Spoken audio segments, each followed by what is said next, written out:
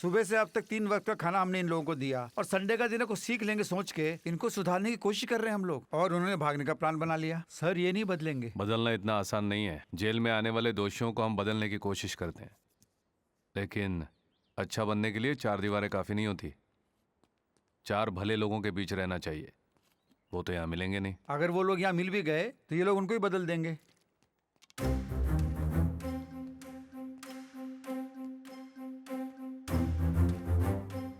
ये लो लो। 6 किलोमीटर बिना रुके भागा था ना, थक गया होगा। भागने का मतलब गलतियां दोहराना होता है। कहाँ तक भागेगा? हाँ, 10 दिन में रिहा होने वाला है, तो भागने की क्या जरूरत थी? मेरी माँ नहीं बचेगी सर। आज तक मैं जी रहा था अपनी माँ के लिए। मैंने उस यूनियन लीडर को जानबूझ के नहीं मारा था।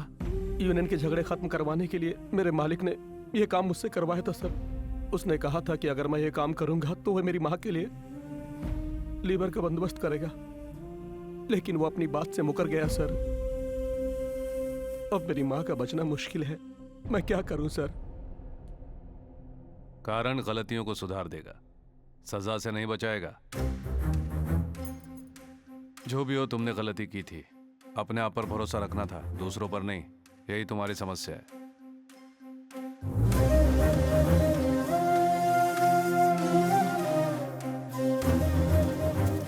माधव। Yes sir. उसकी माँ और उस फैक्ट्री ओनर के बारे में पता करो। Okay sir. उसकी माँ का ऑपरेशन करवा दो। ठीक है साहब। सुपरिटेंडेंट के बारे में कुछ पता चला? उनका अल्सर का ऑपरेशन हुआ है, 3 हफ्ते तक रेस्ट में रहेंगे।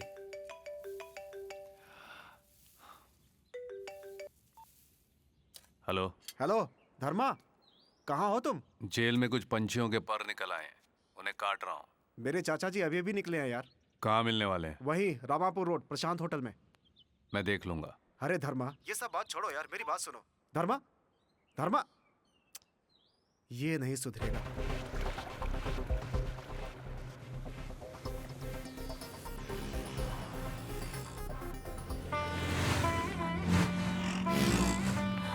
चलो चलो तुम आगे चलो। रुकिए रुकिए रुकिए, वहाँ लगाओ गाड़ी को, वहाँ लगाओ वहाँ लगाओ। चलो चलो चलो। हाँ, ग्लास नीचे कीजिए ना। आपसे कुछ काम है, 5 मिनट रुकिए सर।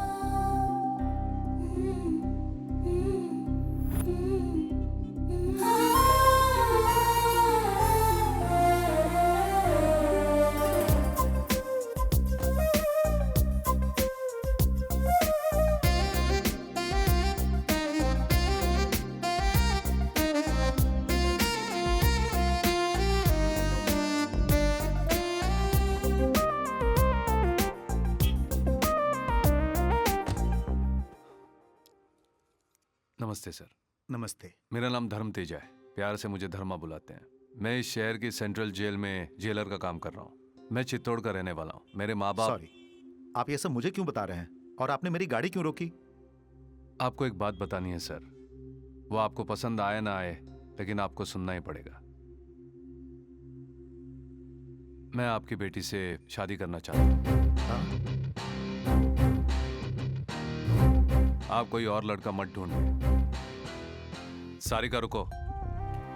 लगता है माहौल गर्म है, ठंडे हो जाइए। आप भी पीजिए सर, लीजिए ना। लीजिए सर। दिमाग ठंडा हो जाएगा। तुम इन्हें पहले से जानती हो? हम 3 साल से एक दूसरे को चाहते हैं। 3 इयर्स नहीं, 5 इयर्स। धर्मा कॉलेज में मेरा सुपर सीनियर था। तुम चुप रहो सारिका। तुम तो सज धज कर लड़का देखने निकल पड़ी थी। हमारे बारे में इनको पहले ही बता देती तो।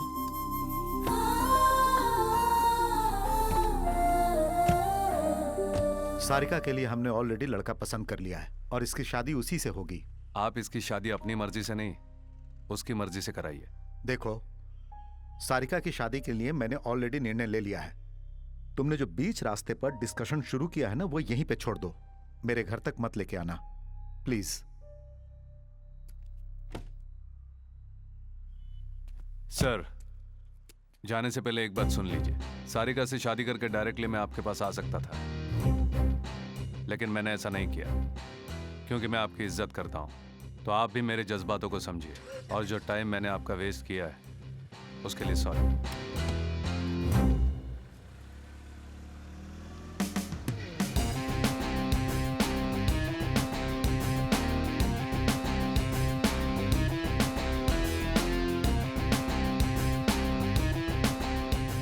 चाचा जी, सारिका के लिए धर्मा से बेहतर पति कोई नहीं मिल सकता। मैं धर्मा को अच्छी तरह से जानता हूँ। अभी अभी कमिश्नर ऑफिस में मैंने अपने दोस्त से बात की है। उसका चरित्र पूरा पता चल चुका है। उसने जो 5 मिनट बात की मुझसे, मैं समझ गया हूँ कि वो क्या है। सब कुछ जानते हुए अपनी बेटी की शादी उससे नहीं करवा सकता। मानता हूँ वो गुस्से वाला है, लेकिन उसने अपनी जिंदगी में बहुत दुख सहे हैं चाचू। जब 9 साल का था तभी उसने बहुत कुछ खो दिया था। राजनीति के झगड़ों में उसके माँ बाप को बीच सड़क पे बुरी तरीके से मार दिया गया था चाचू, और जिन्होंने मारा वो 6 महीने में ही बाहर आ गए। उसने उस अन्याय को सहन किया है, अकेला बड़ा हुआ है, इसीलिए किसी की छोटी सी भी गलती बर्दाश्त नहीं कर पाता। सुनो बेटा, वो तुम्हारी नजर में सही होगा, लेकिन मेरी नजर में सही नहीं है। मैं गांव जाके उस लड़के वालों से बात करके तुम्हें फोन करता हूँ। यहाँ सारिका का कोर्स खत्म होने तक तुम इसका ख्याल रखना बेटा। चाचा जी, बात तो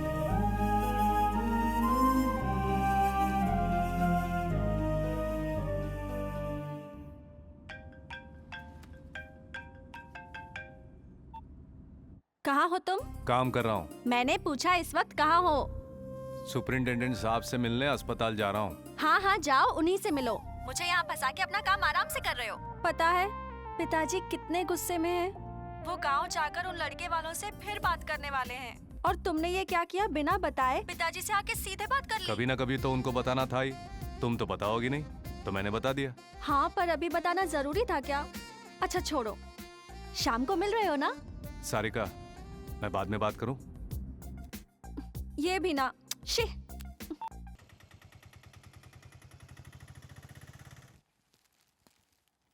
हाँ, आओ आओ, कभी आओ। मैं कभी नहीं हूँ सर, आप जैसे लोग बनने कहाँ देते हैं। अरे अब मैंने क्या किया है, बोलो। मैंने तो लॉन्ग लीव मांगी थी, लेकिन ले ली तो आपने। तुम लीव लेके क्या करोगे? कविता लिखोगे? मेरी तो बस एक ही इच्छा है, कभी न कभी कवि बनना है। मेरे अंदर जो भावनाएं हैं उन सबको लिख के किताब बनाऊंगा। आप देखते रहिए। तुम्हारी आशाएं और आवेश दोनों एक नहीं हो सकते हैं धर्मा। आदमी बाहर दिखता है सर, कवि अंदर होता है। ये सब छोड़िए, आप अब कैसे हैं? ठीक ही हूँ, बस 2-3 हफ्तों में डिस्चार्ज हो जाऊंगा। वैसे सुना है कि सुबह भाग रहे कैदियों को बुरी तरह मारा, उनमें से एक आध की टांग भी तोड़ दी। अरे लोगों के साथ जरा मुंह से बात करना भी सीखो धर्मा। मुंह से बोलने से ज्यादा हाथ का बोलना ज्यादा याद रह जाता है सर। मेरी नजर में good is bad sir. Juice लीजिए सर। थोड़ा तो सोचो, हम जो नौकरी कर रहे हैं वो सरकारी नौकरी है, इसमें कुछ रूल्स वगैरह होते हैं भाई। मेरे लिए रूल से ज्यादा रिजल्ट इंपॉर्टेंट है। तुम इसी तरह अपनी मर्जी चलाते रहो। उधर वो ह्यूमन राइट्स वाले बुरी तरह तुम्हारे पीछे पड़ चुके हैं, पता नहीं कब बुलावा आ जाए। उनका कहना है कि तुम रक्षक नहीं, एक राक्षस हो। उनके ऑफिस में तुम्हारी ही चर्चा चलती है। मैंने जानबूझकर कोई गलती नहीं की है। वैसे अन्याय का अंत करने वाले को भगवान कहते हैं, वही काम मैं कर रहा हूं तो मुझे राक्षस कहते हैं। मैं कुछ नहीं कर सकता सर। अब चलता हूं सर, बस आप जल्दी से ठीक हो जाइए। धर्मा, तुमसे एक बात कहना चाहता हूं। हमेशा जो सोचते हो वो नहीं हो सकता, ध्यान रखना। Okay sir.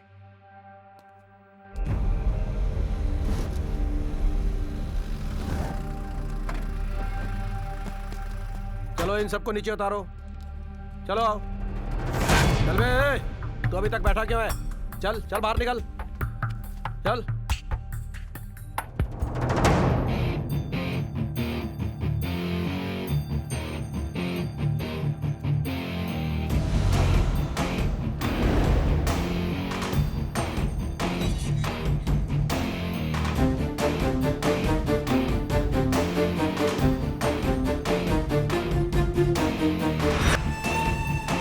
चलो अंदर। जल्दी करो।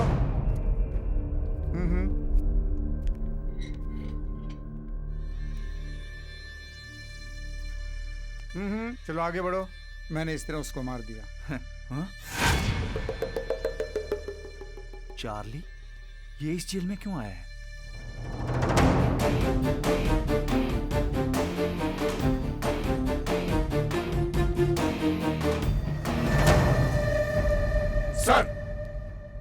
गुड मॉर्निंग सर, ये रही फाइल।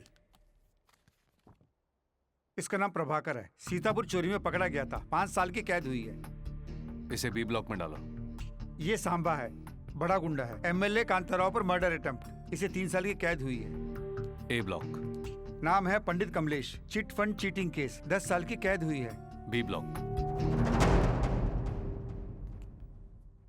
ये विजयवाड़ा सब जेल से यहाँ शिफ्ट हुआ है। नाम है चंद्रशेखर एलियास चार्ली।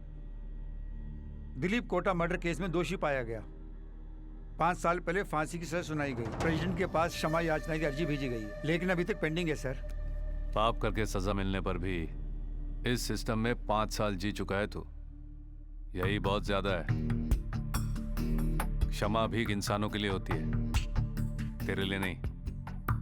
मैं मरूंगा नहीं, जिंदा रहूंगा।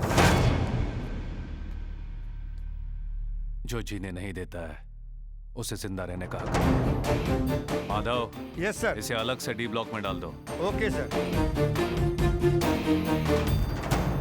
तुम लोग यहाँ आने से पहले क्या थे क्या नहीं थे इससे मुझे कोई लेना देना नहीं, लेकिन एक बार जब अंदर आ गए हो तो इस जेल के जो नियम है उनका पालन करना होगा।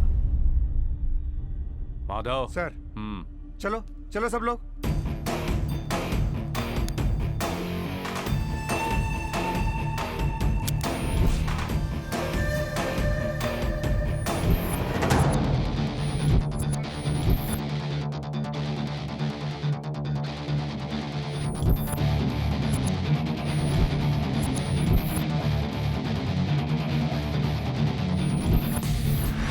इंडिया के बड़े बड़े डायमंड मर्चेंट में एक है चंद्रशेखर अलियास चार्ली।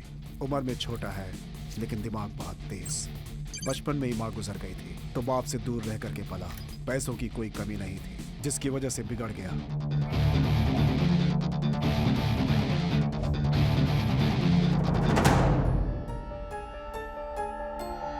चारों तरफ लड़कियां, हाथ में पैसा, गर्म दिमाग, गलती करने का साहस, बच निकलने का साहस, ये सब चार्ली की आदतें थी। चार्ली का पिता दिलीप कोटा बाप से ज्यादा नाम कमाएगा सोचा था दिलीप कोटा ने, लेकिन चार्ली को नफरत है तो वो दिलीप कोटा की दूसरी बीवी भारती देवी से और उनके बच्चों से। पहली बीवी के गुजरने के 5 साल बाद घर वालों ने जबरदस्ती करके दिलीप कोटा की शादी भारती देवी से करा दी। जायदाद में हिस्सा और सोसाइटी में इनका नाम उनके साथ बांटना चार्ली को बिल्कुल पसंद नहीं था। इसीलिए उसके पिता के साथ भारती देवी परिवार का कोई संबंध नहीं है ये साबित करने के लिए फेक पेपर्स बनवाए थे। दिलीप कोटा के गुजर जाने के बाद भारती देवी और उनके बच्चों को अंतिम क्रिया में आने नहीं दिया था चार्ली ने।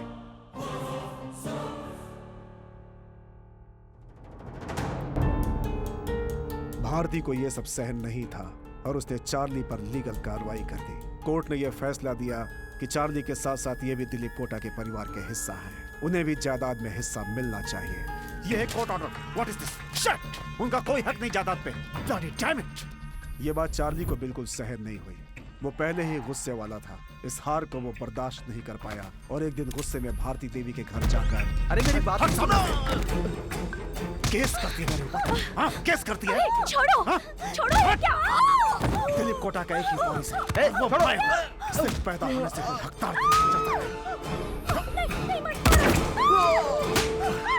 I'm Charlie।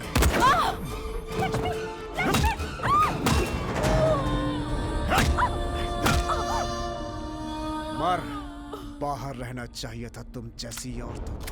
तुम्हें मैं जायदाद में हिस्सा दूंगा।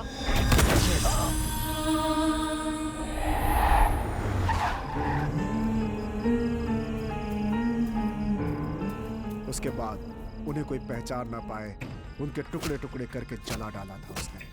भारती देवी अपने बच्चों को ढूंढते ढूंढते पुलिस के पास पहुंचे तो वहां उसे जली हुई लाशों का पता चला।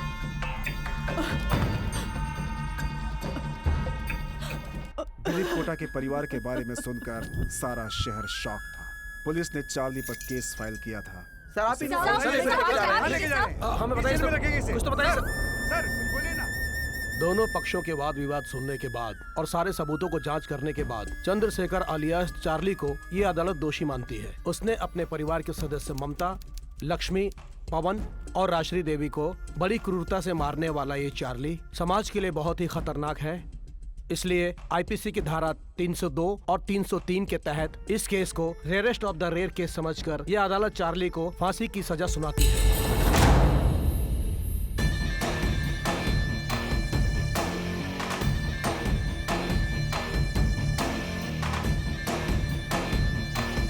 नमस्ते, मेरा नाम यामिनी है। Welcome to NTV. नमस्कार माताजी। आपके परिवार में जो हत्याएं हुई हैं, उनकी वजह से राष्ट्र भर में हंगामा मच गया है। आपके परिवार में से ही कोई एक इन हत्याओं का कारण है। इस कष्ट को आप अकेले कैसे झेल पा रही हैं? जब भी हमारी जिंदगी में कष्ट आए तो हम दुखी हुए, लेकिन डरे नहीं। पर जब बात हमारे परिवार की आई तो मेरी हिम्मत टूट गई। हमने सुना है कि आप एक ट्रस्ट खोलने की सोच रही हैं मैडम, उसके बारे में हमें बताएंगी? आज इस देश में हमारे परिवार के साथ जो हुआ है वो औरों के साथ भी हो रहा है। इसलिए मैं इस घर को बेचकर अपने परिवार के नाम से एक ट्रस्ट खोलना चाहती हूँ। वो ट्रस्ट अन्याय का सामना करते हुए सबको न्याय दिलाएगी, मैं जानती हूँ। पर आप उसके लिए फंड्स कहाँ से लाएंगी? मैंने कुछ फाइनेंशियल इंस्टीट्यूशंस में अप्लाई भी किया है, अभी तक कोई रिस्पॉन्स नहीं आया। उन्हीं का वेट कर रही हूँ। यहाँ न्याय बहुत कॉस्टली हो गया है सर। अन्याय जब चाहो फ्री में मिलता है, तभी तो लोगों को आदत हो गई है सर। अब यही देखिए ना, देश में होने वाले अन्याय के लिए भारती देवी को जायदाद बेचनी पड़ रही है। हम लोग कई बार लाचार हो जाते हैं। उसे हत्या करने में 5 मिनट नहीं लगे होंगे, लेकिन उसे सजा मिलने में 5 साल लग गए। अगर हम और भी लेट करेंगे ना तो जनता का हम पर से भरोसा उठ जाएगा।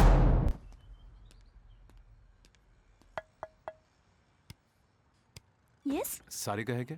Wait for 5 minutes. इन औरतों का भी ना 5 मिनट्स और 10 मिनट्स। कितनी देर कर दी हम?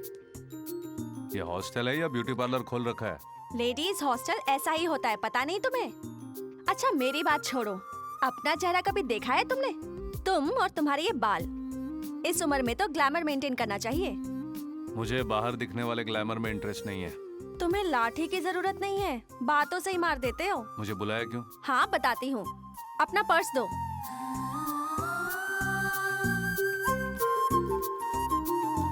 ये क्या, मेरी फोटो नहीं लगाई? किस लिए रखनी है? मेरी फोटो क्यों? तुम ना कभी नहीं बदलोगे। नीचे जाओ और गाड़ी में बैठो। सिगरेट मत पीना, 5 मिनट में आ रही हूँ।